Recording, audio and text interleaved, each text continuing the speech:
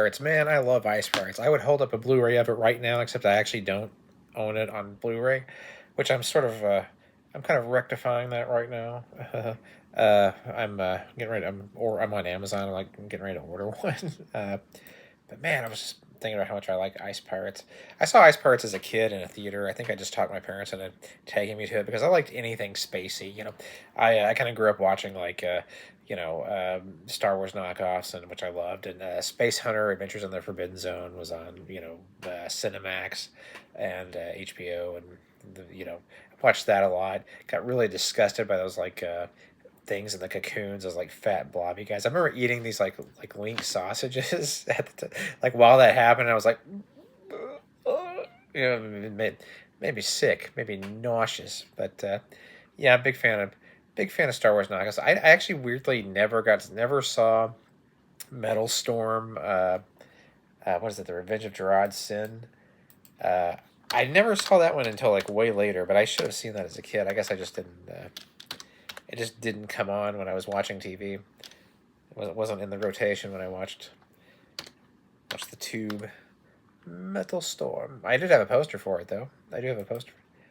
Yeah, the destruction of Gerard Sin. Yeah, kind of sucks that you don't actually get to see the destruction of Gerard Sin in the movie, but I guess that comes in this. It's a trilogy. I guess I don't know.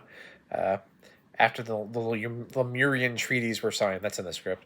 Um, so yeah, man. So I got my parent. I was like, we gotta go see Ice Pirates," and they're like, "All right, fine." And we went on a Friday night, and it was a lot of fun, man. I remember after it was over, I went to my aunt's house, and as a little kid, and I was trying to tell her about the space herpy. I'm like, "There's the thing, and it's called the space herpy." And my parents were like, "Oh, Ixnay on the Erpay," just like what? And the whole movie, I kind of knew that it was like a little bit edgier than that's like something kind of hip was going on, like, sex, drugs, right? It's like one of those things you could sense it was a little bit above my head, and because when I do remember getting some pretty good big laughs, like the space herpy thing, like actually did get like it disgusted me, it grossed me out because just the way that's face and the way it's like crawling on people, and I was like, ooh, just have nightmares about that thing, like crawling into your bedroom and like, getting the heebie-jeebies. But that I remember that getting big laughs. The pimp bot, which I love. Hey blood. That was y'all want some blah, blah, blah. That ruled, man. I love the pimp bot. Also, I'm kind of disturbed by like the way the robots in this are portrayed. Like they're really funny. Uh, I love like when robots in movies are just big dumbasses, like the ED-209. And this is great, man. They're almost like the Dinobots. I love the Dinobots too. They're kind of like the Hanson brothers of Transformers the movie, man. Like, yeah, I love the Dinobots. Uh, but this movie, they're kind of like these. Yeah, they're kind of like hockey fighter goons.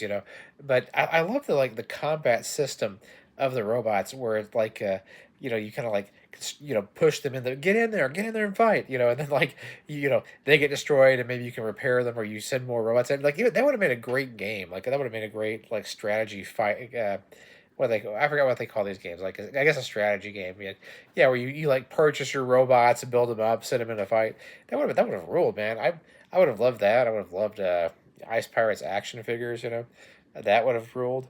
Um, yeah, am I missing anything? No. Well, yeah. So, a great movie, really good movie. It stars very underrated popular TV actors of the time, like Robert Urich. He was Spencer for Hire. Also in a lot of TV movies. Very, very versatile actor. For whatever reason, just never quite crossed over into movies. Mary Crosby, she shot Jr. She shot Jr. She went pop, pop, pop. Right. No, yeah, that was a very popular thing. But when I was very little, like everybody loved Dallas, and like my whole family, my grandmother and uncles was like watching Dallas with like, yes, and I remember reading GI Joe comics in the morning in our school cafeteria, and talking with a kid about who shot Jr. Because that was going to go stretch over the summer. Yes, summer I think was just starting. And so yeah, Dallas was that was a mother. That show really had A lot of boomers watch that. The movie is directed by Stuart Rayfield, really a hoot, a really cool B movie director. Let's see, I know he directed Mac and Me, the great Tammy and the T Rex, a true wacky movie, Mannequin 2 on the Move. I think that was yeah. What oh, he directed a really cool, very underseen movie called High Risk, which is this cool, great. Siskel and Ebert really liked it. It's about some dudes who are kind of broke and they just decide to go rob a drug lord in South America, and about their misadventures. It's really great. They need to clean it up and get that out on Blu-ray. So yeah, High Risk is really good.